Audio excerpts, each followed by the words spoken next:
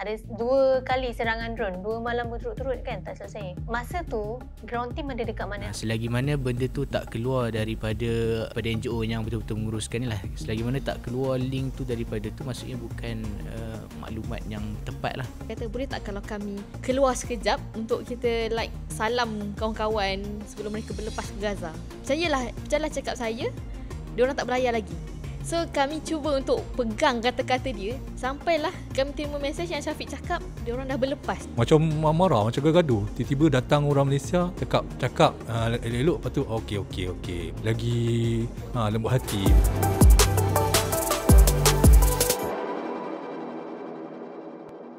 Bismillahirrahmanirrahim. Assalamualaikum warahmatullahi wabarakatuh. Hari ini kita sekali lagi berpodcast semeja bersama CGM. Bersama saya, Aida Munirah, merupakan strategi eksekutif di Cinta Gaza Malaysia. Episod yang sama, yang istimewa, berkaitan dengan Sumut Nusantara. Cuma kali ni lagi istimewa sebab kita bawa orang di belakang tabir, ground crew, orang yang paling banyak membantu untuk make sure Sumut Nusantara ni bergerak dengan lancar, ataupun Global Sumut Flotilla pun ground crew ni jugalah yang menjadi tulang belakang. Jadi kita ada di sini 3 orang, 2 orang jejaka dan juga seorang wanita ayu. Jadi saya mempersilakan Tuan Syafiq, Tuan Hassan dan juga Cik Puan Afifah. Jadi sebelum kita nak kenal dengan lebih mendalam dulu, mungkin boleh kenalkan sikit nama, jawatan di CGM dan untuk Sumut Nusantara serta Global Sumut Flotilla, apakah tugasan kalian sepanjang misi berlangsung? Hello, Assalamualaikum. Hai semua yang mendengar. Hai, nama saya Hassan Syukri bin Hamzah. Saya dekat CGM ni, Cinta Gaza Malaysia, sebagai graphic designer. Lepas tu dekat dalam Sumut Nusantara ada banyak tukar-tukar jawatan. Mula-mula tu saya sebagai media pergi ke Tunis. Lepas tu dekat Tunis pula jadi AJK security. Lepas tu dalam masa yang sama jaga bahagian pendaftaran hotel-hotel. Lepas tu balik ke Malaysia dekat Sumut Nusantara Command Center sebagai graphic designer balik. Boleh kata macam tugas-tugas khas. Tugas-tugas khas. Tapi yang penting lah kan, maksudnya bertukar-tukar jawatan. Tugas-tugas khas tu lah. Bismillahirrahmanirrahim. Assalamualaikum warahmatullahi taala wabarakatuh. Nama Muhammad Amirul Syafiq bin Razwan. Biasa orang panggil Syafiq. Di CGM jawatan sebagai Ketua Jabatan untuk Portfolio dan juga Program. Untuk gerak kerja Sumut Nusantara sendiri, di bahagian CGM selaku ketua lah ataupun pengarah untuk Sumut Nusantara ni. Tetapi secara spesifiknya bila mana kita berada di Barcelona dan juga Tunisia, membantu untuk part logistik, penginapan, kemudian menguruskan barang bantuan untuk yang nak dimasukkan dalam kapal, serta dengan dokumen untuk peserta GSF ni. Baik, Afifah. Okay, Assalamualaikum. Saya Nur Afifah. Biasa orang panggil Afifah lah. Dan jawatan saya di CGM sebagai seorang translator di bawah Jabatan Advokasi dan Penerbitan. Dan jawatan dalam Global Sumut Flotilla, dia bukanlah jawatan, posisi lah kot. Macam jawatan macam tinggi sangat pula. Tugas basically saya adalah ground team di Spain. Dan antara kerja-kerja di bawah ground team tu, kadang-kadang tiba-tiba jadi AJK keselamatan lah, security, dan jadi juga boat supporting team yang akan memantau boat-boat ataupun kita up to date dengan update-update terkini berkaitan dengan kapal. Dan saya juga antara yang buat SITREP GSF tu, Daily Situation Report for GSF. And untuk Sumut Nusantara pun in charge bahagian yang sama, SITREP juga. Dan mungkin kadang-kadang ada masa jadi koordinator antara GSF dan Sumut Nusantara. Penting role tu. Mungkin. Okey. Kita sedia maklum, orang ramai pun dah tahu yang Sumut Nusantara ni adalah satu gerakan, sebenarnya dia melibatkan banyak NGO. Kita ada Sumut Nusantara Command Center, yang Command Center ni diketuai oleh MAPIM. Tapi saya percaya ramai je yang tak tahu Sumut Nusantara sendiri, gerakan misi Sumut Nusantara sendiri dimulakan di CGM. Maknanya warga-warga CGM yang memulakan langkah. Bermula daripada Tuan Nadir. Kemudian Tuan Nadir menyampaikan wahyu kepada kita semua. Daripada wahyu tu yang kita mulakan gerakan. Daripada awal kita nak approach lawyer, kita bergerak dari negara ke negara. Saya rasa Syafiq lah kot yang paling banyak merantau. Saya rasa sebulan tu memang dia keluar masuk negara. Lepas tu kita ada banyak lagi proses yang berlaku. Sebelum betul-betul kita bergerak ke port pertama di Barcelona, Spain. Jadi mungkin boleh ceritakan proses tu macam mana daripada awal, apa yang sebenarnya dilakukan? Daripada awal. Sumut Nusantara ni mungkin kalau ada pendengar kita yang dah dengar podcast yang sebelum-sebelum ni, dia bermula sebenarnya lebih kurang pada hujung bulan Jun, sekitar awal Julai, lebih kurang macam tu lah. Dia punya gerak kerja dia.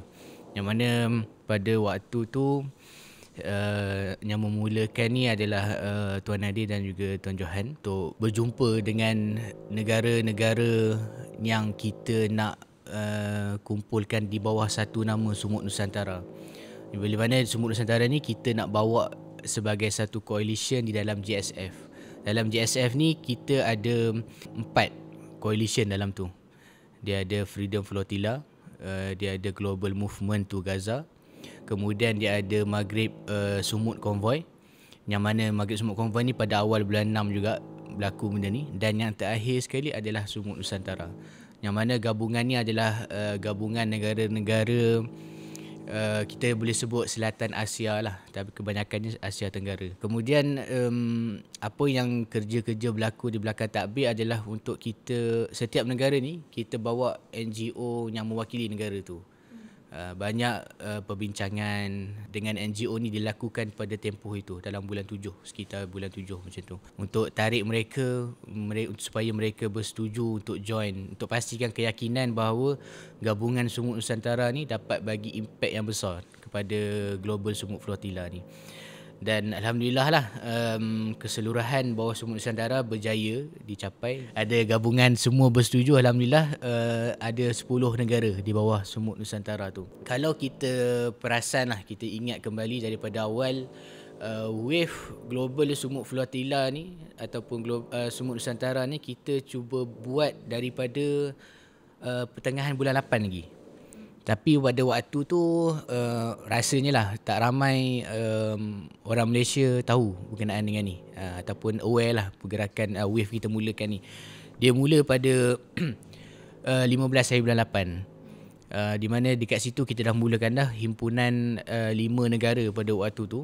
Pada waktu tu saya join di Maldives. Ada 5 negara waktu tu yang berjalan serentak, Maldives, Sri Lanka, Filipin, Pakistan dan juga Bangladesh kalau tak silap. Dia berjalan serentak pada waktu 15 hari bulan 8. Kemudian daripada Maldives kita bergerak ke Thailand, lebih kurang 19 hari bulan 8 macam tu. Daripada Thailand tu kita masuk ke Malaysia. Sebab plan dia kita nak buat gerakan wave 15 himpunan, kemudian masuk Thailand, dia ada konvoi daripada Thailand masuk ke Malaysia. 22 tak silap saya, 22 start konvoi di Malaysia, daripada utara, selatan dan juga pantai timur, sampailah ke 24 hari bulan himpunan Malaysiaku bersama Gaza dekat Dataran Merdeka. Kemudian daripada situlah rasanya daripada situ orang dah mula aware apa pergerakan yang akan jadi. Akan berlaku satu konvoi kapal besar-besaran Global Sumut Flotilla akan bergerak menuju ke Gaza. So daripada situ 24 bulan 8 tu kemudian berlakulah pergerakan kita punya team pergi ke kita punya delegasi Malaysia kita bersama dengan ground team pergi ke Barcelona berlepas 31 hari bulan 8, dan seterusnya begitulah apa yang kita lihat sekarang lah. Kalau dari sudut guaman pula, maksudnya sebab kita tahu pergerakan ni adalah daripada negara ke negara, kita melibatkan safety, melibatkan keselamatan. Yang mana kalau Sumut Nusantara ni terbagi kepada 3. Yang pertama Sumut Nusantara Convoy, kemudian Carnival yang Malaysiaku bersama Gaza, dan juga akhir sekali adalah yang Flotilla tu, Global Sumut Flotilla. Benda ni semua adalah proses jangka masa panjang. Even konvoi tu sendiri pun kita dah mula dengan keselamatan. Apatah lagi untuk dengan Global Smooth Flotilla, itu yang paling penting, kita memerlukan khidmat guaman. So macam mana dari sudut, sebab saya ingat lagi benda ni Tuan Nadim meminta bantuan daripada Jabatan Advokasi untuk approach lawyer. Sebab guaman kita merentas negara dan benda tu adalah satu misi yang sangat berisiko. Jadi macam mana di peringkat Jabatan Advokasi sendiri buat, boleh ceritakan apa yang dilakukan oleh di Jabatan Advokasi? Bila saja Tuan Nadia Anuri memberikan kata tanggungjawab kepada kami untuk kita uruskan bahagian legal, perkara pertama yang kami buat adalah kami mencari siapa yang boleh, maksudnya mungkin pihak guaman mana yang boleh kita trust untuk bersama-sama kita dalam Semut Nusantara dan JSF ni. Dan kami pilih Sentra, memandangkan Sentra ada pengalaman dalam sama ada ICC atau ICJ yang membawa nama Zionis ke Mahkamah Antarabangsa dan sebagainya. Dan daripada situ kami ambil, kami kata kita pilih Sentra lah untuk jadi pihak guaman untuk JSF dan Semut Nusantara. Dan antara perkara pertama yang perlu diperhatikan adalah kami bukanlah yang mengeluarkan dokumen, bukanlah kami yang buat dokumen dan hal-hal guaman yang lain lah.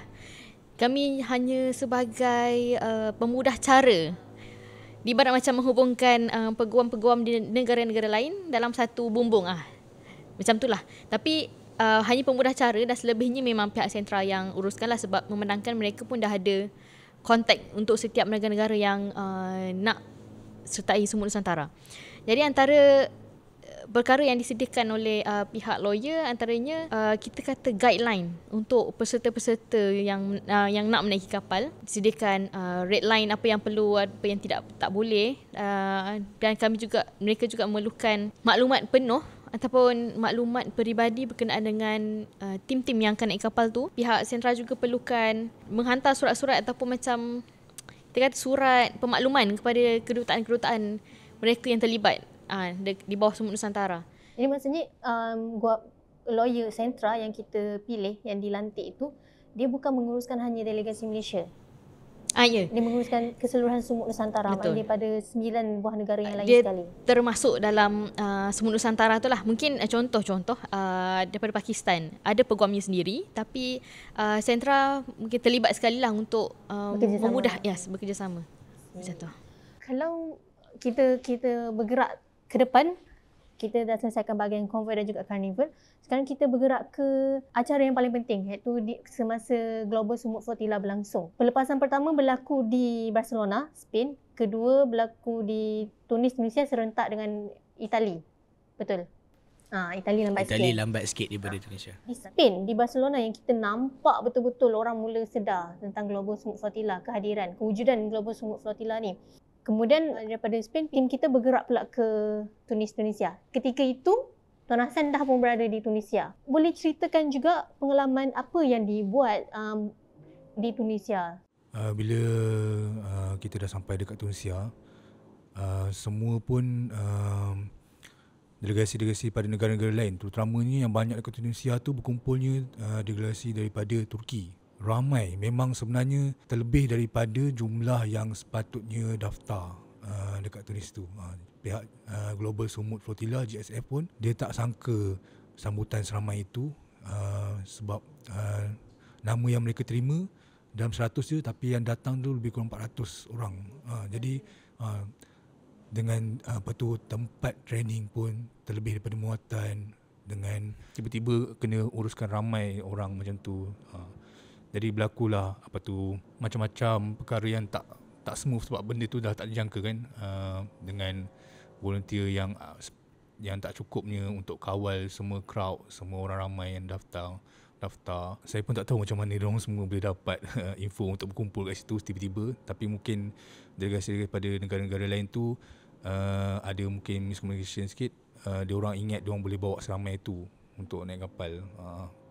Lepas tu dalam hari-hari semasa sebelum daripada Barcelona tu, lebih kurang seminggu kot nak sampai ke Tunis tu. Dalam masa seminggu tu jugalah masa untuk mereka yang nak naik kapal ambil bahagian dengan training-training yang wajib perlu mereka hadiri untuk naik dekat dalam kapal. Training yang wajib tu macam non-violence, semua tindakan yang perlu diorang lalui lah, diorang ambil untuk bila naik kapal. Saya percaya memang susah nak kontrol lah benda tu. Tapi kalau masa tu ground team sendiri apa yang dibuat?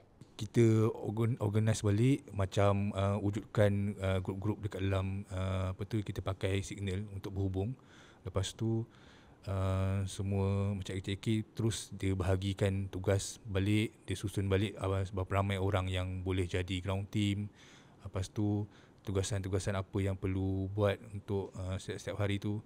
Dia mungkin agak kelam kabut, tapi step by step, hari demi hari dia makin tersusun lah. Benda yang kami ground team kat Tunisia paling takut sekali masa tu sebenarnya, bila kita nak bagi tahu dekat semua orang yang berharap nak naik kapal ni, tak dapat naik kapal. Bayangkan. Berat. Bila sampaikan kena cari satu tempat yang khas, sikit demi sikit bagi tahu, sampaikan Tiago sendiri pun kena turun cakap, ingatkan balik sebab apa kita nak berlayar ni. Semuanya nak kembali kepada objektif utama ialah untuk rakyat Palestin. Macam betul-betul kita tak nak ada siapa-siapa yang tiba-tiba termengamuk ke apa kan. Itu yang paling dirisaukan. Dah beritahu semua, nama tak masuk. Memang kita pun dah jangkakan ada orang yang memang tak dapat terima ke apa, tapi alhamdulillah tak seteruk seperti mana jangkaan yang kita hadapi. Cumanya diorang tak mengamuk, tapi diorang masih lagi berharap. Berharap nak naik. So walaupun dah beritahu nama tak ada, tapi diorang ingat diorang dapat pujuk lagi untuk tambah kapal dan juga untuk naik lagi. So ada orang yang macam tu, still lagi tunggu dekat Tunis tu. Gigi memang betul-betul, sebab dia tak sama macam kita daripada semua Nusantara. Kita alhamdulillah, yang daripada luar negara, diorang ada individu yang turun sendiri. Diorang sampai ada cuti panjang, ada berhenti kerja. Semangat diorang memang betul-betul lain lah. Memang betul-betul nak naik kapal.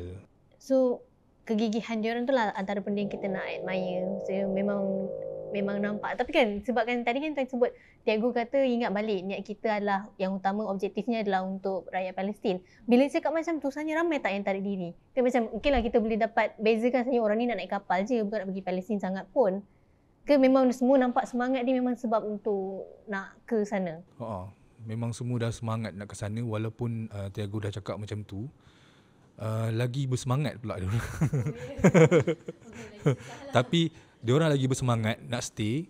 Tapi kalau dia beritahu tak dapat naik, diorang terima lah macam tu. Dia punya perasaan. Tapi diorang still lagi ada harapan nak naik. Sekarang kita patah balik sikit ke port pertama di Barcelona. Saya nak pendengar dengar kisah dari side Afifah sebagai ground team di sana. Sebab saya sikit-sikit dengar macam ada yang berlari ke sana, ke sini, dari hotel ke tempat tu, sini ke port ke situ. Macam memang marathon kat sana kan. Mungkin boleh ceritakan apa yang berlaku di Barcelona dan apa sebenarnya yang dilakukan oleh ground team dekat sana. Sampai kertas berterabur lah, apa benda semua. Tak ada Tak, itu apa? Okay. Saya rasa untuk cerita ground team di Spain, dia mungkinlah tidak tak sebanyak Tunisia lah saya rasa kan. Tak seserabut itulah. Mungkin sebab kita hanya uruskan peserta dari Spain. Sebab dekat Tunisia bercampur Spain dan Tunisia. So lebih ramai lah peserta. Saya cerita bila saya touchdown je di airport Barcelona dan kami menuju ke hotel, check in, terus ke tempat training. Perkara pertama yang ditugaskan kepada saya adalah untuk menjaga telefon. Menjaga phone peserta sebab waktu tu training dah bermula.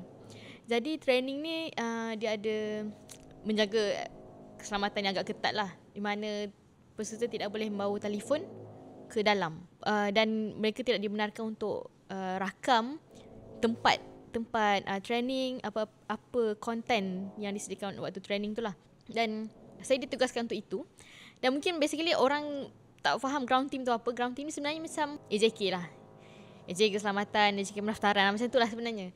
Dan saya bukan sahaja buat untuk bahagian security. Kita terima arahan, kita buat. Dia macam tugas-tugas khas lah macam tu. Lagi satu bila dekat Spain ni mungkin sebab dia negara orang kot, dan kami duduk di La Rambla. La Rambla ni saya boleh kata kalau kat Malaysia dia macam center market. Ataupun dekat Melaka, Bandaraya Melaka yang tempat orang selalu yang ramai sangat pelancong. Jadi kawasan tu, dan kawasan tu juga dia time tu dia banyak sangat buat pembaikan construction jalan. Jadi banyak jalan yang ditutup. Kalau naik taksi pun kau berhenti sampai setengah je. Setengah nanti kau kena jalan macam tu lah. Dia agak mencabarnya bila bahagian kat situ lah yang kita kena berjalan daripada hotel ke tempat training macam ulang-alik. Mungkin kita nampak macam dekat je kot hotel ni lah, jauh rupanya macam tu. Lagi kami juga kena bertugas sebagai pendaftaran, ataupun dia pendaftaran tapi dia legal.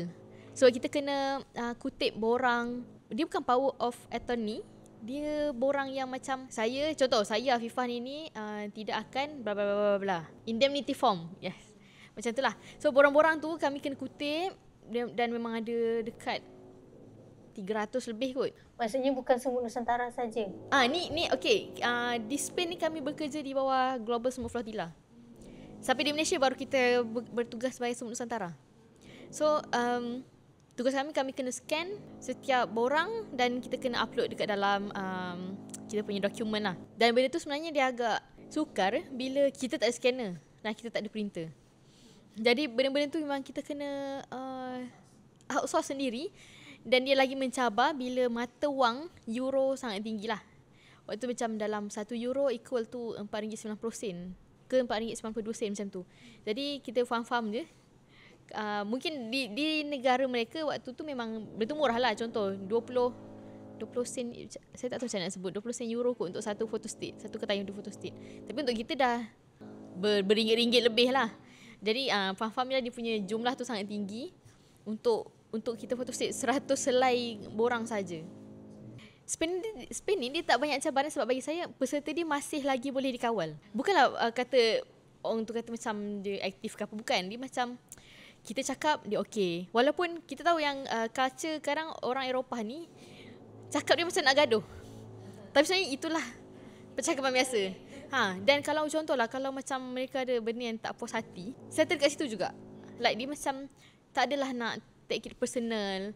Semacam kalau kita ada isu dengan dia dan dapat disettlekan, lepas pada tu dia okey je untuk bercakap dengan kita seperti biasa. Saya nak tanya dekat Syafiq. Sebab Syafiq sebut tadi kan, Syafiq kan macam pengarah untuk Semut Nusantara di CGM lah.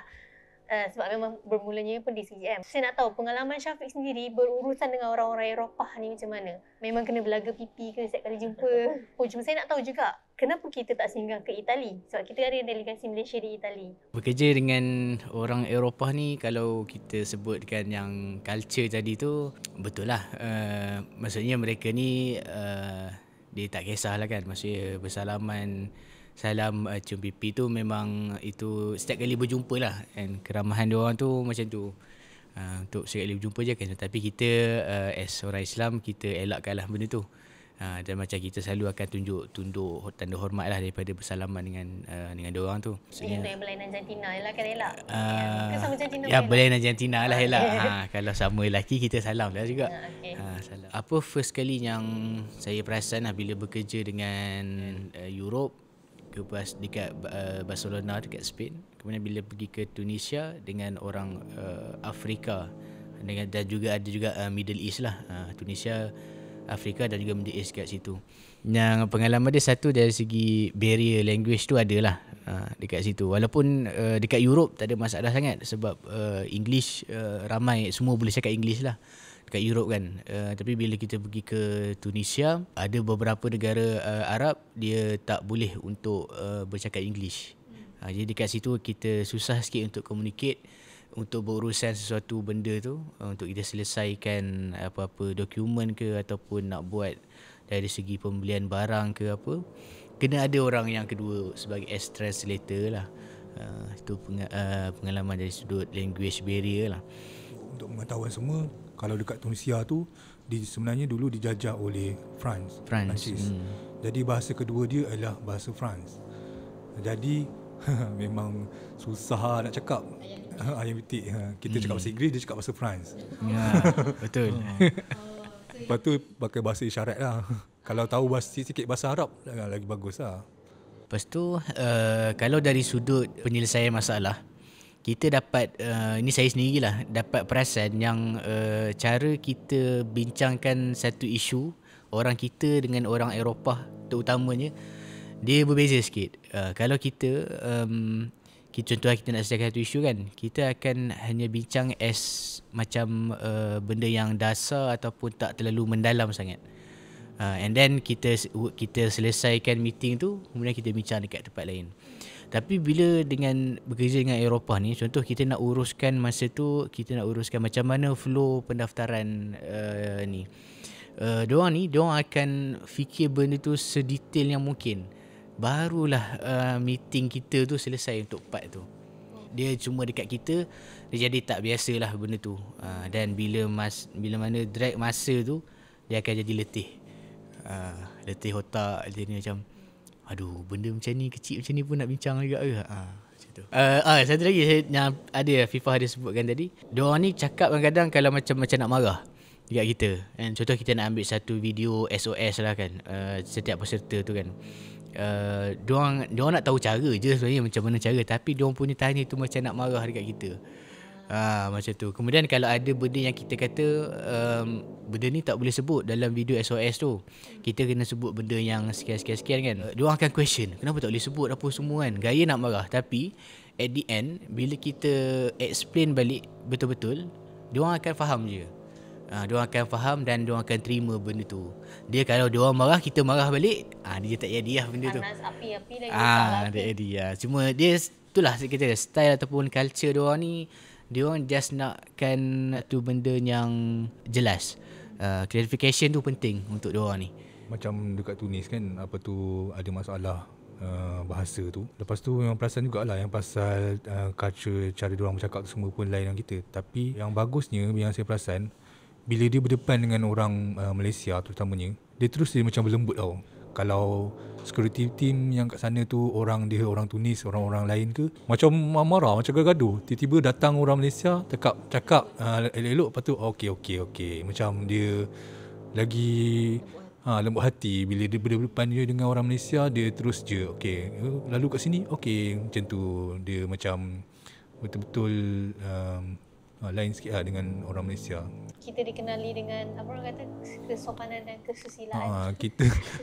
Kita memang tak cakap marah, kita cakap terangkan elok, kita tunduk kat dia orang, senyum, sambut dengan dia orang dengan senyum. Lepas tu kita tunjuk mana apa yang kena buat lepas ni. Diorang tak ada banyak soal dan diorang tak ada banyak sangat nak bergaduh lah. Jadi di Barcelona kita ada ground team yang stay dekat sana sampai berlepas lah kan. Di Tunisia pun ada juga team ground yang stay sampai berlepas. Di Itali sebenarnya kita ada juga team ground yang ke sana, tapi tak lama, dalam 1 ke 2 hari saja. Selepas kita berlepas daripada Barcelona, ada beberapa team kita masa tu Tuan Adi dan juga Hakim pergi ke Itali dulu.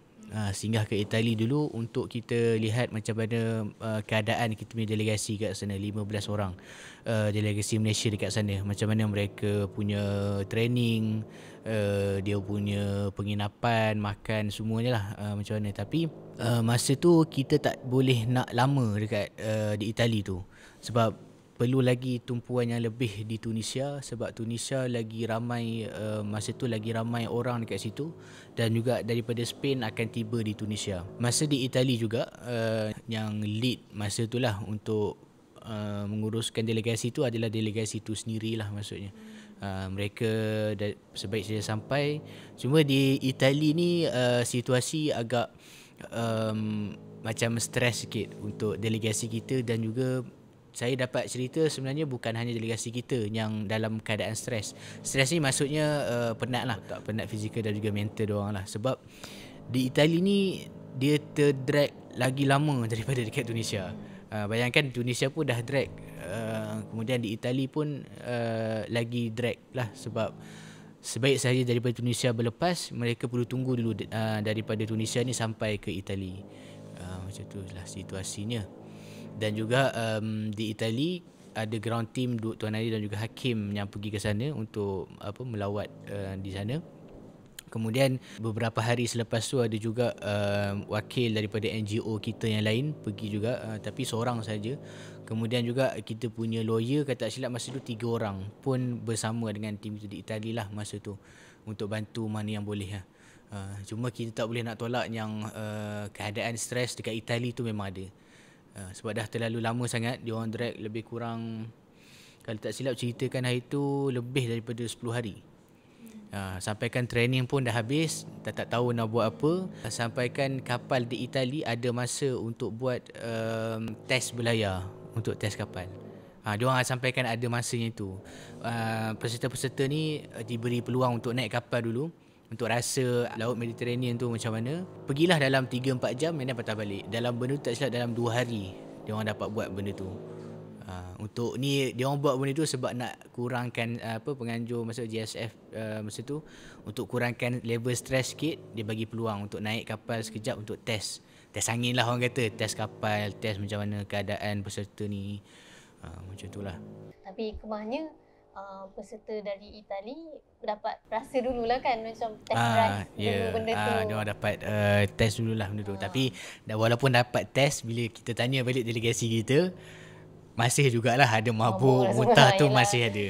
Beza lah test dengan real one. Ya, betul. Macam tu. Kita boleh cerita kenapa boleh drag lama-lama? Boleh. Drag tu dia disebabkan satulah yang kacau kita punya perjalanan timeline tu, situasi kapal tu sendiri. Ingat masa hari pertama, dalam 2 hari kot selepas daripada Barcelona berlepas, malam tu diorang dah hadap satu ribut kuat pada malam tu. Dan efek daripada tu ada beberapa kapal yang tak boleh nak berlayar dan juga perlu perbaiki.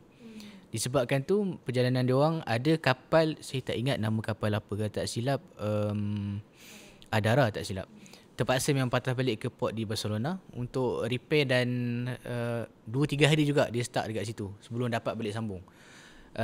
Perjalanan diorang daripada Spain juga, diorang tak terus direct ke Tunisia. Diorang pergi ke satu kepulauan di bawah, masih lagi dalam Sepanyol, di Pulau Menorca. Diorang stay kat situ dalam 1 malam tak silap. Tujuan yang sama juga, untuk perbaiki dan juga refuel minyak, dan dia terutamanya lebih kepada baiki lah kapal yang ada rosak-rosak sikit. Tu bila sampai ke Tunisia, kapal-kapal tu pun perlu balik dibaiki, ditambah lagi ada attack drone 2 kali semasa di Tunisia. So benda tu bila berlaku attack drone, banyak simulasi yang dibuat lah untuk check balik dia punya keselamatan dengan pihak berkuasa dekat situ. Kapal yang tu adakah kena buat investigation balik, kapal tu boleh diteruskan perjalanan ataupun tak. Kemudian ada kapal yang dah tak boleh berjalan, berlaku reshuffle antara peserta GSF tu, nak dibawa ke kapal yang mana, dibawa ke kapal yang mana. So benda-benda tu dia sukar untuk buat dalam tempoh yang cepat dan juga singkat. Kemudian bila dah track tu, barulah pergi ke Itali. Ceritanya pula bila sampai ke Itali pun kena perbaiki juga. Dia orang stay dekat di Kepulauan Patapolo dalam 2 hari tak silap. 2 malam ke 1 malam. Sama juga. So Itali lagi dia orang dalam stres sebab dia lama sangat dah. Bila nak betul-betul berlayar ke Gaza ni. Dan bersemangat. Dia orang sentiasa bersemangat. Cuma bila yalah kita terlampau lama, dia jadi demotivated lah untuk benda tu kan. Itu kira dah masuk antara cabaran yang dihadapi lah kan sepanjang bertugas. Mungkin ada yang tak tahu sebenarnya kapal-kapal yang digunakan adalah kapal-kapal, bukan kapal-kapal baru. Itu pun antara reason juga, betul. So maksudnya macam mungkin ada kerosakan berlaku ke, maksudnya nak make sure kapal tu dalam keadaan yang selamat untuk berlayar. Selamat yang baik. So, kalau macam dekat Barcelona sendiri, macam Afifah, apa sebenarnya yang berlaku? Rasa benda tu memang mencabar lah. Untuk part kapal ataupun part logistik ni, saya tak nak sentuh sangat sebab saya taklah ke situ sangat lah. Tapi apa yang saya lihat, mungkin sebab dekat Barcelona ni kita kata first spark untuk pelayaran ke Gaza. So, saya tak tahu sama ada cabaran tu dilitupi dengan excitednya kita untuk tengok mereka berlayar. Tapi sepanjang dekat Barcelona, tak adalah berlaku satu isu yang serius. Okey, mungkin saya rasa ini antara sedih lah, pengalaman yang sedih jugalah. Sebab contohlah, anda kata time tu 31 Ogos di Malaysia dan dekat Barcelona pun sama juga. bagaimana kemeriahan tu, seramai mana orang dekat dataran Merdeka menyambut Merdeka. Saya berkata macam itulah. Seramai itulah rakyat Barcelona yang turun untuk pelepasan kapal. Sangat ramai dekat port tu. Jadi kami ni dia ada tugas untuk kita, yang saya cakap sebelum ni, yang kita kena scan semua borang-borang dan sebagainya. Borang tu memang banyak. Banyak tu, setiap seorang memang kalau boleh, dia tiba-tiba saya macam terdetik, kenapa lah kita tak bawa luggage je tarik dokumen tu. Nak cakap banyaknya dokumen tu. Jadi waktu tu mungkin kami terlampau fokus untuk kita scan borang-borang tu dan sebagainya. Tapi sebab dia berikan arahan untuk kita scan dalam masa 30 minit untuk 300 dokumen, dia agak mustahil. Dan kami cakap dengan PIC lah, kata boleh tak kalau kami keluar sekejap untuk kita salam kawan-kawan sebelum mereka berlepas ke Gaza. So mereka cakap it's okay, tak apa, sempat je untuk scan. Dan percayalah cakap saya, diorang tak berlayar lagi. So kami cuba untuk pegang kata-kata dia, sampailah kami terima mesej yang Syafiq cakap diorang dah berlepas. Time tu kami memang nak tak nak, sebab kami tak boleh tinggalkan borang tu sangat PNC. Jadi kami bawa semua borang-borang tu, memang pikul lah macam mana sekalipun, bawa untuk pergi ke tempat yang mereka berlepas tu lah. Mereka kita orang kat port juga, tapi mungkin dibelah jauh sikit lah daripada tempat kami tu. Jadi kami kena cross satu jambatan. Bila kami nak cross, rupanya jambatan tu dah naik dah.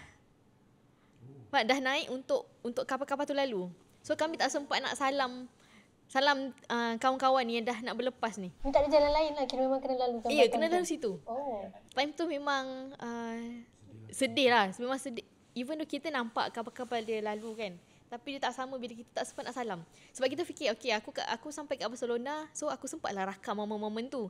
So aku sempatlah salam dia orang untuk bukanlah the last time sebelum dia orang bertolak ke Gaza.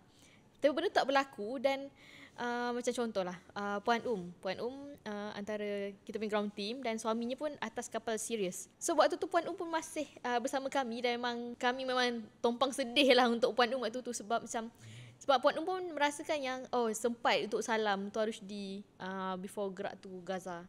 Tapi benda tak berlaku. Dan memang sejujurnya memang kami frustrated, sedih lah. Ini sebelum kami tahu yang diorang berpatah balik ke port sebelah lah. So macam bila tahu diorang dah port sebelah tu, macam okay, so malam ni ke ataupun esok pagi kita sempat untuk berjumpa lah. Time tu lah macam saya salam lah Mariam. Tapi tentu memang sedih. Sedih tu macam kita plan lain tapi jadi dia lain. Jadi yang macam aku tak tahu kau ke depan nanti macam mana. Aku dapat jumpa kau ke tak. Even though macam nampak je kapal, contoh kapal Huga kan, Kak Zizi dengan Mariam kan, lambai je daripada jauh. Kita orang siap bawa bendera Malaysia lah, yang besar tu kan. Tapi memang dia orang tak nampak sebab orang sangat ramai. Tapi tentu itu antara yang sedih lah untuk saya. So saya ingat antara reason kenapa kena berlabuh mula 31 Ogos tu. Kalau ikut pada Malaysia, simboliknya sebab kita pun kemerdekaan kan, hari kemerdekaan. Tapi one of the reason adalah juga kita perlu berlayar sebelum Oktober. Sebab Oktober dijangkakan laut akan sangat bergelora. Lepas diorang pindah ke port yang sebelah, esoknya hari yang diorang bergerak berlepas tu, malam tu kami singgahlah sekejap dekat port. Memang kami rasa angin kuat. Angin sangat kuat. Dekat port pun saya dah rasa macam angin sangat kuat. Apatah lagi mereka yang ada di atas kapal. Memang macam sangat mencabar waktu tu. Kalau macam di Tunisia sendiri tu macam mana? Saya rasa paling mencabar sekali ialah masalah ni lah, komunikasi. Training tu jadi lama sebabkan dia orang nak translate kepada 3 bahasa. Tahu. Training kita orang kat Tunisia ni, dia cakap bahasa Inggeris, lepas tu cakap bahasa Arab, lepas tu cakap bahasa Turki. 3 kali penerangan benda yang sama. Sampaikan hari kedua ke ketiga baru dia orang decide kena pecahkan, tak boleh buat training ni sekali sebab dah terlampau drag masa. Kapal yang dari Barcelona tu datang singgah di Tunisia ialah untuk mungkin nak top up barang-barang dalam kapal sendiri ataupun nak repair apa yang rosak sepanjang pelayaran tu, angin kuat sebagainya kan. Yang perancangan awalnya yang peserta-peserta daripada Barcelona, Spain, dia nak singgah ke Tunisia sekejap sahaja. Macam satu malam je. Sekali benda tu tak dapat berlaku sebabkan tempoh masa untuk baiki kapal dekat Tunisia makan masa lagi lama sebab nak cari dia punya alat ganti apa semua kan. Jadi terpaksa peserta-peserta daripada Barcelona ni stay kat sana lebih kurang 3 malam kot saya rasa. Terus dapat tugas nak kena cari hotel. Job ni berapa hari yang kita nak carikan hotel ni sebenarnya. Sebab dijangkakan lama je. Kita tak tahu esok ke ataupun lusa ke dapat gerak.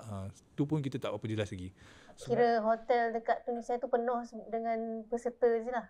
Penuh dengan Tapi macam kalau dari segi security macam ni. Contohnya masa kita di SNCC, Sumut Nusantara Command Center, kita ada satu unit psychosocial support yang mengumpulkan semua keluarga delegasi kan. Kita ada tahu polis yang tolong jaga. So kalau macam dekat keselamatan atas masing-masing je lah. Ada bantuan daripada pihak berkuasa sana. Keselamatan atas masing-masing. Dia tak ada macam kita dekat sini ada polis berkawal dekat luar. Masa tu tak ada. Keselamatan masing-masing lah. Cuma pihak berkuasa tahulah. Dia maklum tapi dia tak berkawal macam dekat kita. Kalau macam dari Ustaz Syafiq sendiri, apa benda yang mungkin yang mencabarnya ataupun ada momen yang Syafiq rasa benda tu berharga lah? Sedih ke? Dia bukanlah sedih yang menangis. Hasilnya dia lebih kepada gembira yang sedih. Boleh belik ke macam tu? Artinya dia gembira tengok momen tu, dapat tengok orang waktu momen tu dia macam seronoknya. Maksudnya semua orang bersatu untuk satu isu Palestin. Macam tu lah. First moment bila dapat tengok sendiri yang daripada kapal-kapal Barcelona tu berlepas. Kalau sebut pasal berlepas kat Barcelona tu, saya jadi goosebumps. Dia mula-mula tak rasa lagi sebab kita orang masa preparation untuk berlepas tu daripada pagi dalam pukul 10 ke 11. Macam tu orang dah mula berkumpul dekat dataran, bukanlah dataran, dia kawasan di tepi port. Sebab daripada pukul 11 dah ada dah dia punya event daripada PC, ada macam persembahan sampailah diorang berlepas pukul 3 ke 4 petang macam tu. Pagi-pagi waktu pagi tengah hari tak rasa sangat lagi, lebih kepada rasa macam nak settlekan beberapa benda lain lah. Bila sampai je ke petang, sebab masa tu saya dapat tengok sendiri Tiago umumkan nama kapal ni siapa yang naik. Momen waktu tu, contoh dia sebut kapal Alma waktu tu. Dia sebut setiap nama. Setiap kali nama dia sebut, contoh delegasi daripada mana ke, daripada Sweden ke, daripada Brazil ke apa, dia akan bersorak. Seronok, dapat dah nama kapal. Aku dah tahu dah aku kapal yang mana. Sebab benda tu tak diumumkan daripada awal. Sebab nak jaga dia punya privacy, PNC tu. Sebab kita tak nak dedahkan langsung kapal ni siapa yang naik, keselamatan lah, kita tak ada langsung. So satu sebut nama. Kemudian waktu tu pun tertunggu mana nama orang Malaysia, semua nama orang lain je yang sebut kan. Sebutlah satu nama Malaysia, tak ingat dah nama siapa sebab ramai kan kita kan. Sebut tu kita pun bersorak juga. Sampai habis setiap kapal. Dekat Barcelona ada dalam 24 kapal pada asalnya. 24 ke 22 kapal. So momen tu pun masa tu macam seronok betul lah diorang naik. Tapi bila diorang keluar je, pernah tengok tak macam atlet Olimpik lalu ke tengah-tengah semua bersorak dekat tepi. Diorang keluar daripada tempat diorang di belakang stage tu. Belakang stage diorang keluar pergi jalan ke kapal. Daripada keluar daripada belakang stage tu, orang bersorak selama tu berjalan semua. Okey, sampai situ dah selesai dekat belakang stage untuk agihan kapal dan juga nama tu. Dah selesai lah. Saya pun dah tak ada nak buat apa dah. Memang masa tu merekod momen je lah. Pergilah cari satu tempat yang boleh tengok betul-betul kapal tu berlepas satu-satu. Momen tu rasa macam sayu gembira tengok semua, tengok orang sekeliling pun macam semangat orang Eropah ni betul-betul lain lah. Yang kedua, bila sewaktu sedang nak uruskan barang bantuan masuk ke dalam kapal tu sendiri. Sebab masa tu kita bergerak untuk ni, masa di Barcelona kita bergerak 4 orang untuk cari semua supply untuk 24 kapal tu. Dia cabaran dekat situ sebab kita tak biasa lagi dekat negara orang. Macam kita tahulah kan nak cari dekat Maidin ke, dekat Econsafe ke, barang-barang yang kita nak beli in bulk punya barang. Pergi ke tempat yang supermarket yang first, kita tak boleh nak beli barang kat situ. Melainkan kita ada registered company dekat Spain. Macam okey. Tapi dia ada pelepasan. Kalau kita isi satu borang, dia kata boleh lah. Tapi ada limit untuk beli. Ada limit jumlah. So bila kita tengok barang dia pun tak semua barang kita ada, dan juga dia ada limit, kita cari ke tempat lain. Kita tanyalah orang lokal dekat situ. Kemudian dia suggest satu kedai, dia macam warehouse, bukan warehouse, macam apa kita sebut supply barang punya ni lah. Supplier barang. Pemborong, yes, pemborong dari Pakistan. Kita dapat je kedai tu, kita bersyukur gila waktu tu. Memang dia sangat welcome dekat kita. Sebab kita tahulah, kita beritahu kita nak beli banyak untuk hantar ke Palestin. Dia macam excited. Macam, okay. Kemudian dia cakap lah, kita bagi tahu nak yang mana, kita akan bagi diskaun. Dapat diskaun lah. Alhamdulillah, saya tak ingat lah diskaun tu berapa dah waktu tu. Memang banyak. Kemudian bila dah habis settle apa semua, at the end dia kata diskaun tu dah ada dah. Dia tambah lagi, dia bagi lagi macam roti, macam apa, roti prata macam tu yang bulat tu, dengan saya tak ingat beras kot. Tambahan sumbangan daripada kedai dia sendiri. Kemudian dah selesai kat situ, dia sangat memudahkan urusan kita lah. Dia dah kita nak dalam tempoh 1 ke 2 jam barang ni sampai ke port. Kan? Dari segi loading, unloading, dia dapat settle kan. Dia sangat mudahkan kita. Syukur gila waktu tu macam, okay, cantik lah ni kan. Kita ikut plan. Sampai je di kapal, kita nak susun. Setiap kapal ni ada barang bantuan dia. Dan setiap kapal ni kita tak boleh nak letak barang bantuan yang sama. Sebab saiz kapal berbeza. Ada besar, ada kecil. Yang besar ni banyak sikit lah barang bantuan letak. Yang kecil sikit lah, kurang sikit. Waktu tu kami asalnya 4 orang. Bila sampai dekat port, sebab Tuan Nadir dia ada dalam grup yang berhubung dengan semua delegasi lah maksudnya kan. Umum dalam tu kita kata kejap lagi kita orang sampai, kita orang akan turunkan barang, kita akan packing dulu sebab dalam inbak kan tak tersusun kan. Kita packing untuk satu kapal tu. Packing dan baru kita akan letak di setiap kapal. Elok kami turun je sampai semua yang peserta tu datang. Yang mana tu datang nak tolong packing apa semua. Kena letak di kapal. Cepatlah benda tu. Tengok nak katanya sebab ni pun bila video yang kita gunakan untuk katakan naratif Israel yang kata tak ada barang bantuan lah apa semua. Kita buat benda tu sebenarnya. Dekat Spain, dekat Tunisia pun kaedah yang sama lah kita buat. Semua di Tunisia ni kita pecah kepada 2 tim. Sebab kita ramai tim di Tunisia masa tu. Pun yang sama juga, saya dapat cerita daripada tim kedua kita yang pergi beli barang. Masa diorang beli barang tu, diorang siap dapat sumbangan daripada orang sekeliling lagi. Tuan kedai bagi diskaun apa semua. Orang sekeliling tu yang berjumpa dengan diorang, sebab dia akan nampak dah kita beli barang banyak kan. Orang akan query lah, akan tanya untuk apa ni kan. Bila kita cerita untuk semua flotilla hantar ke Palestin apa semua, diorang bagi cash kat kita. Macam tu. So momen tu kita sebenarnya seronok lah, gembira. Sebab kita satu isu tu semua orang tahu tujuan dia. Dan masing-masing mainkan peranan dia. Yang bagi duit, bagi duit. Boleh bagi diskaun, bagi diskaun. Macam tu lah. So bila Israel kata tak ada barang bantuan kat dalam kapal, inilah antara orang-orang yang membeli benda tu. Yang membungkus. Yes. Yang membalut. Sorry, mungkin kalau saya boleh tambah. Tadi pengalaman sedih. Ni mungkin pengalaman yang menakjubkan lah kot. Sambutan ataupun solidariti Palestin dalam kalangan orang Eropah ni sangat lain. Kalau saya kata maksud lain tu, dia memang lain. Lain yang kita tak pernah nampak benda ni dekat Malaysia. Dan even tu kalau, saya pernah pergi ke negara-negara Arab yang lain. Dan kita tahu ialah orang negara Arab ni adalah satu negara Islam. Memang rakyat ni akan menyokong lah, memberi sokongan kepada Palestin. Tapi bila saya sampai ke negara Eropah, antara culture shock saya lah. Hotel kami, dia berdepan dengan banyak-banyak kedai lah. Ada butik dan sebagainya. Ada satu kedai yang well known sebagai satu kedai boykot lah. Mereka aktivis ni, peserta yang buat demo ni, hari-hari akan buat demo dekat depan kedai tu. Hari-hari. Tak kisahlah dia orang sikit ke ramai ke dia akan buat. Dia tak kisah jumlah. Konsisten, sangat konsisten. Dan benda tu kita boleh dengar daripada hotel kita sendirilah. Dia buat demo sebagainya. Sampailah hari terakhir kami perlu untuk kami pulang ke Malaysia. Kami perasan waktu dia orang buat demo ada ramai polis datang. Kalau sebelum ni dia orang buat demo polis tak ada. Last tu polis datang rupanya sebab ada beberapa peserta demo tu yang dah masuk dalam kedai. So kami tak tahu apa yang jadi, mungkinlah ada berlaku rusuhan. Tapi memang saya boleh kata bilangan polis yang datang tu macam ramai sangat yang buat rusuhan. Padahal macam mungkin berapa orang je daripada kalangan peserta demo tu yang masuk dan sebagainya lah. Kuatnya sokongan orang Eropah kepada penduduk Palestin tu sangat-sangat menakjubkan lah. Kalau kita tengok dekat apa yang media tunjukkan, itulah yang berlaku dan dia sebenarnya lebih intens lagi. Kalau kita sebagai orang Islam tak mampu untuk jadi macam tu, agak malu lah juga kan. Sebab itu non-Muslim, negara Eropah yang minoriti Islam, majoritinya non-Muslim.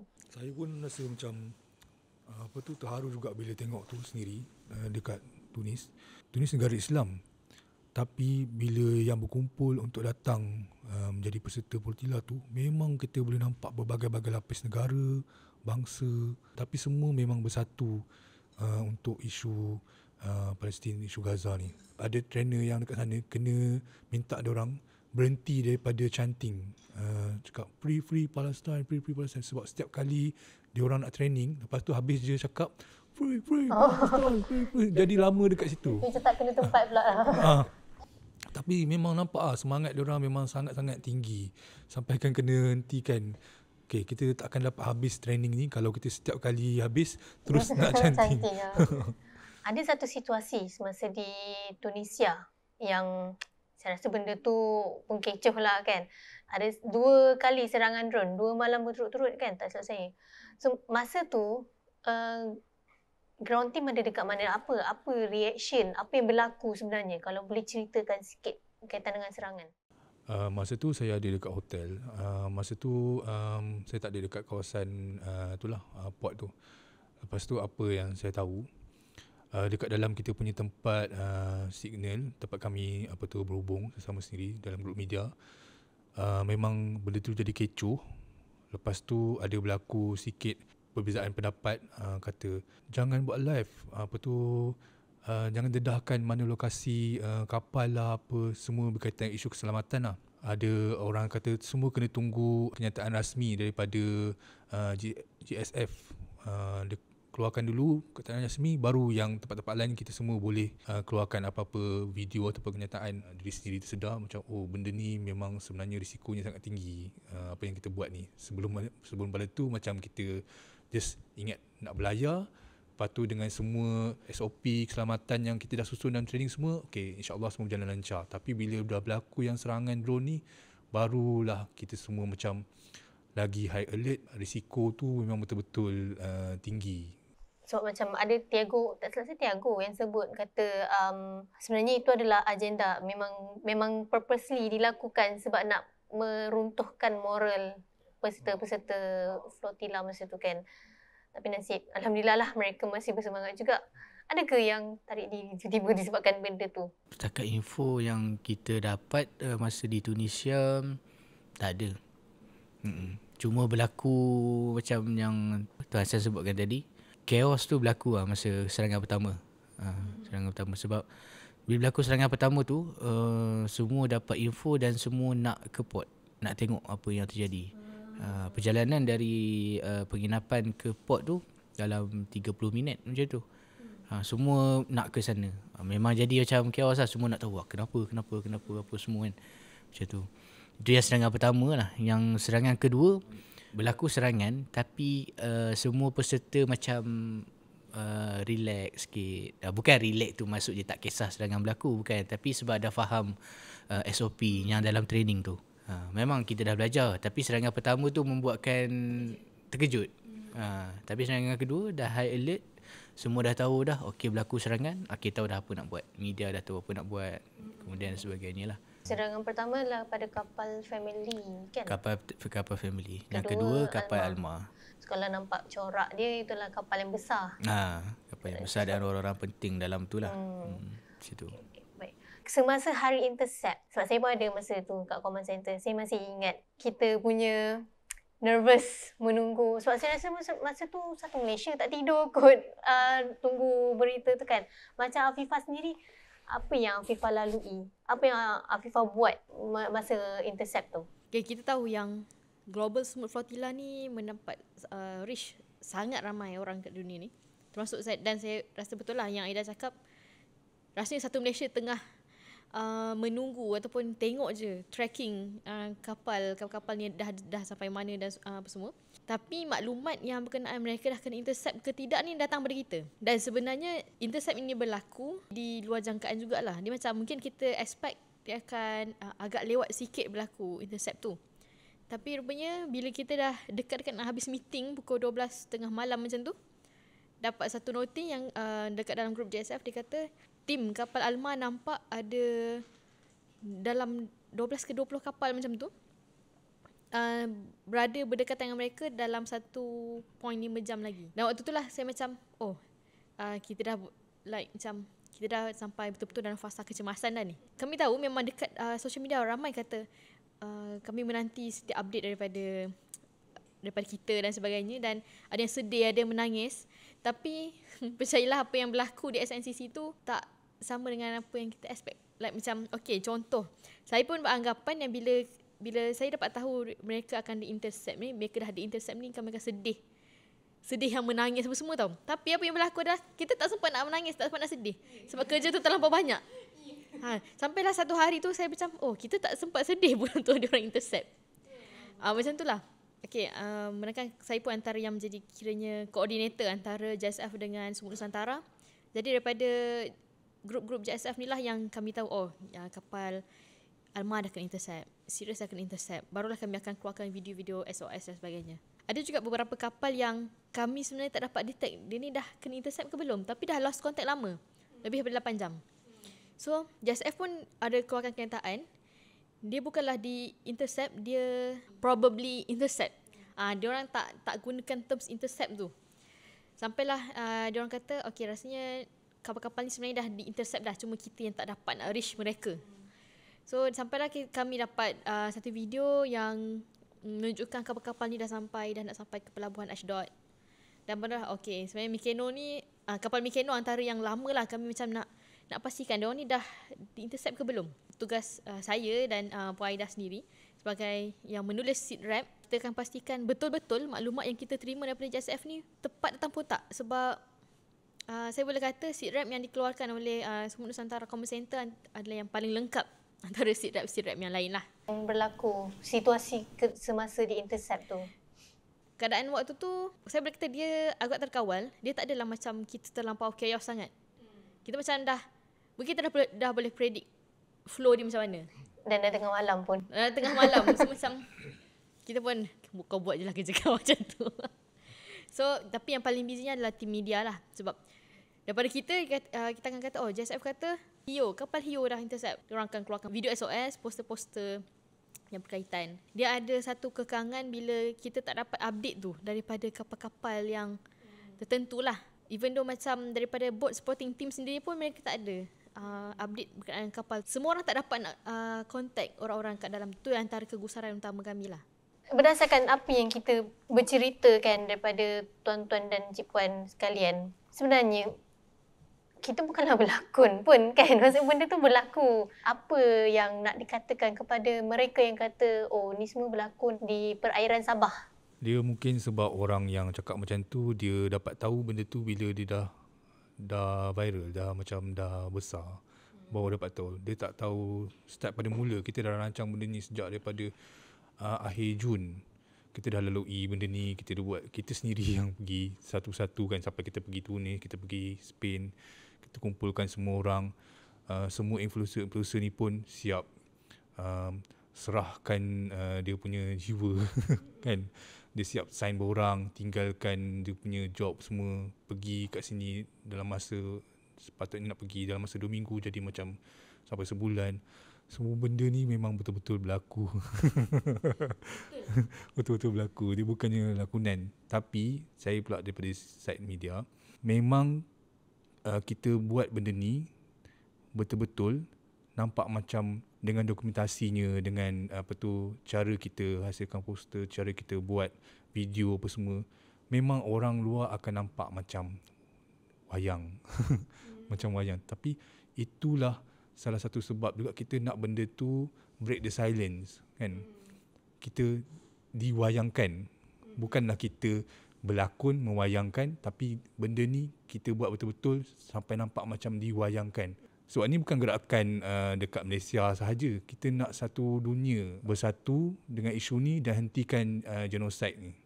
Saya pun rasa macam alhamdulillah betul lah, sebab kita selama ni kita sebagai CGM Cerita Gaza Malaysia cuma macam bagi bantuan untuk tolong rakyat Gaza yang kena genosid. Tapi sebenarnya pun kita tak buat sesuatu yang menghentikan genosid. So bila kita dah buat kempen Sumut Nusantara ni, ialah satu tindakan, action yang menghentikan punca kenapa kita bagi bantuan ni. Sepatutnya semua NGO dekat Malaysia, dekat dunia ataupun pihak kerajaan ke, pihak yang berkuasa ke, melakukan tindakan untuk hentikan punca. Bukannya kita buat semata-mata memberi bantuan, tapi kita tak pun menyelesaikan masalah yang menjadikan benda ni berlaku.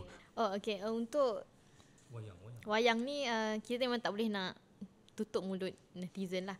Mungkin lepas ni pun ada juga kata benda tu wayang. Tapi saya nak cakap batang tubuh kami menjadi saksi. Uish. Betul Air lah, mata. betul lah. Like, diri kami sendiri menjadi saksi yang kami yang pergi ke sana, pergi ke sini, bawa barang tu, bawa barang ni.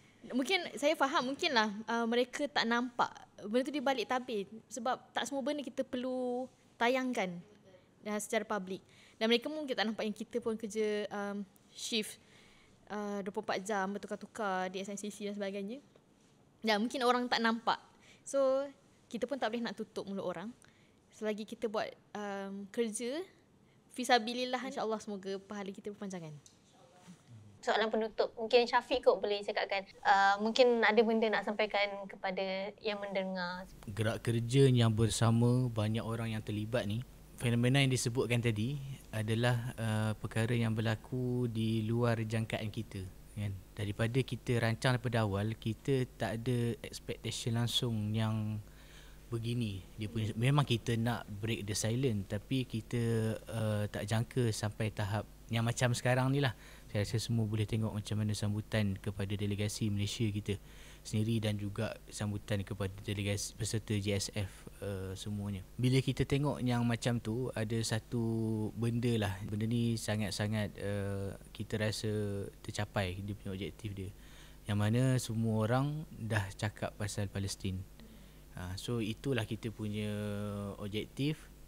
Bila saya sebutkan orang cakap pasal Palestin ni, maksudnya semua orang lah. Maksudnya orang yang mengecam misi ni ke, orang yang menyokong misi ni ke, secara tak langsung dia dah ambil tahu pasal apa yang terjadi dekat Palestin. Yang kecam kita tak boleh nak cakap apalah. Kita pun dah terangkan banyak benda macam mana benda ni terjadi. Bukan kita saja, or even bila kita tengok netizen ni dia menarik, ada orang yang kecam, netizen juga yang balas balik benda tu. So maksudnya dah banyak cara dah kita explain untuk benda, dan kita harapkan sampai satu nanti semua orang faham apa tujuan misi flotilla ni. Berkenaan untuk orang yang nak join ni, satu benda yang Aida sebutkan tadi, ada nampak orang share satu link pendaftaran untuk join Global Sumuk Flotilla ni. Kita tak pasti datangnya daripada mana, dan kita risaulah satu benda tu benda yang scammer. Sebab pendaftaran tu dia mengumpulkan maklumat peribadi kita. Selagi mana benda tu tak keluar daripada pihak yang betul-betul, macam contoh daripada NGO yang menguruskan misi ni, ataupun daripada NGO yang betul-betul menguruskan ni lah, selagi mana tak keluar link tu daripada tu, maksudnya bukan maklumat yang tepat lah. So kita nak sampaikan kepada pendengar kita risau berlaku ni. Kalau boleh elakkanlah daripada tekan link. Kita faham semangat tu, tapi kena tengok dengan cara yang betul. Dan yang terakhirnya berkenaan dengan untuk kepada orang yang nak join kita ni, yang macam Aida sebutkan tadi, Tuan Nadia ada keluarkan satu kenyataan lah, kalau mana kita nak bantu untuk peringkat di antarabangsa ni, bantu dulu peringkat-peringkat, maksudnya orang di sekeliling kita. Okay.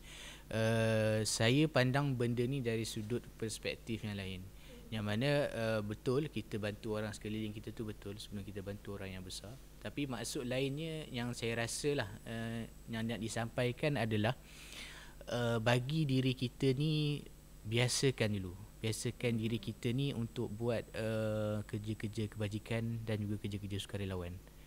Bila dah biasa buat benda ni, bila kita sampai di peringkat antarabangsa, kita tak jadi culture shock, ataupun kita tak boleh nak buat benda tu.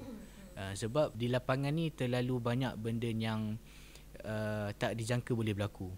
Ad hoc kita terpaksa buat itu, buat ini, dalam keadaan yang kita tak rela, terpaksa direlakan. Sebab tu nama dia sukarelawan. Itulah kisah dia sebalik sukarelawan. Macam itulah. Apa-apa pun yang saya cakapkan tadi, semua gerak kerja ni, delegasi kita pun selalu ingatkan, kita semua selalu ingatkan yang mana semua kerja yang kita buat ini adalah atas satu nama, iaitu untuk Palestin. Bukan untuk diri kita sendiri ataupun sesiapa. Usaha kita buat ni untuk kita sampai satu masa nanti kita dapat tengok Palestin ni bebas, insyaAllah. Memang itulah objektif paling besar kita pun, terutamanya di CGM sendiri. Perkongsian yang sangat panjang.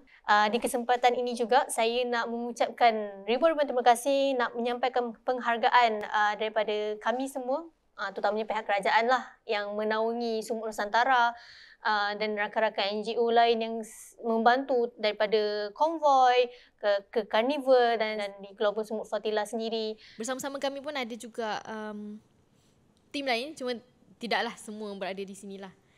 Jadi masing-masing buat peranan masing-masing. Betul, masing-masing ada peranan masing-masing. Jangan pernah berhenti cakap pasal Palestin. Jangan pernah berhenti cakap soal Gaza.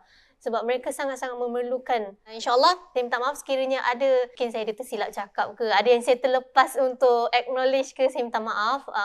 Dan juga untuk semua orang saya sampaikan maaf itu. InsyaAllah, semoga kita berjumpa lagi di podcast Semeja bersama CGM di episod yang lain. Assalamualaikum warahmatullahi wabarakatuh.